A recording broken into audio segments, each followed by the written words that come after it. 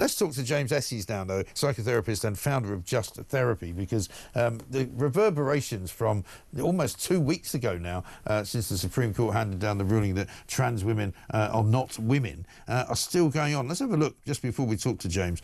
Carla Denyer, the co-leader of the Green Party, talking on the BBC yesterday, she doesn't believe a word of it.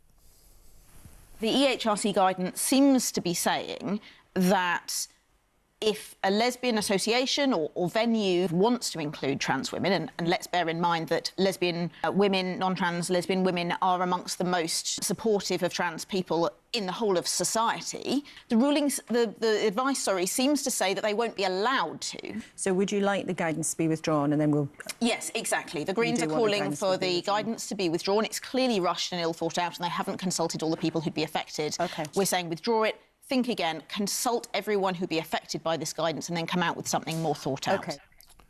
You can't really get guidance which goes against the law, surely, can you? James, very good morning to you. Morning, Mike. I mean, even Keir Starmer, the world's most obtuse man, came out last week and said that finally, after 6 days, we now have clarity and we can now move forward, in his words, and treat everybody equally with dignity, blah, blah, blah, etc. You know, the Greens don't seem to agree. Ed Davey doesn't agree either. Surely once the Supreme Court says this is what the law is, you can't really go against it, can you? It was wonderful, wasn't it? After years of saying that women can have a penis, all it took was a little piece of paper with a judgment written on it for Keir Starmer to be convinced. I mean, look, we've seen a variety of responses to the Supreme Court judgment from politicians. You've got the bunch like Bridget Phillipson, etc., who have said, oh, this is what we thought all along. Yeah. Of course, we've got the receipts to prove otherwise. Yeah, more lies, yeah. Correct. You've got some like Keir Starmer kind of pretending and feigning, you know, interest and admiration for the decision. And then you've got others like Carla Denyer, etc., and some unsavoury characters in Labour like Nadia Whittome, etc., who are basically coming out all guns blazing, accusing, it seems, the Supreme Court justices of being bigots and fascists. Such like, and completely and utterly rejecting it. At the end of the day, this is the highest court in our land, and if it's the law, it's the law. Yeah, and is it funny that up until this moment, everybody who was on the left side of politics thought that the Supreme Court was the greatest thing since sliced bread, because everything they did was kind of, in their words, anti-Tory. And suddenly now they've come up with something they don't like. Suddenly they're all bigots. Well, quite right. Jolyon Moore of the Good Law Project, he's in my books the patron saint of lost causes. Yeah, I can't remember that. I prefer to call him as my pet name for him is Jolyon Moron. What do we think? That's quite a good one, actually. I think I'll bank that. He's come out attacking the Supreme Court justices. In fact, he's trying to organise a crowdfund to try and take them up to potentially the European Court of Human Rights.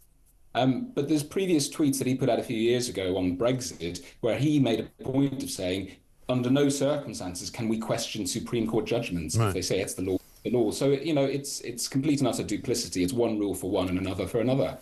Absolutely right. What do you make of this this story in the Telegraph today as well, which I wanted to ask you about, where they're saying they want to test all trans children for autism? I mean, I've never seen that connection made before. Why are they making it? They're making it, Mike, because of the data that we do have, the limited data. Significant proportion of children presenting at gender clinics, both in the UK and abroad, have autism.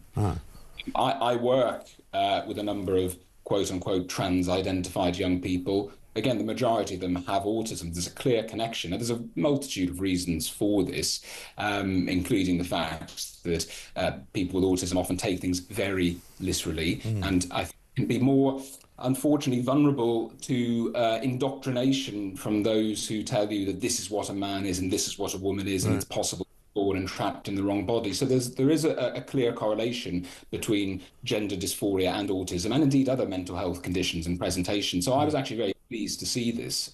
So, I mean, is that because more children are being identified as possibly suffering from autism, or is something else going on? Well, that raises an interesting question, and certainly we have seen an increase in pathologisation and diagnosing of young people with all sorts of conditions, which I do have some concerns about. But as I say, most of the children presenting in gender clinics do appear to sit somewhere on the autistic spectrum. Right. Yeah. And so I think it's important that we're considering these other comorbidities when it comes to gender dysphoria. Rather than viewing it as the thing itself, we should be viewing it as symptomatic of some wider problem, issue, condition in a young person's life. Sure, I see what you're saying. James, good to talk to you. We're a bit rushed this morning, so I'm sorry I'm going to have to leave it there. James Esses, there, psychotherapist and founder of Just Therapy. Interesting.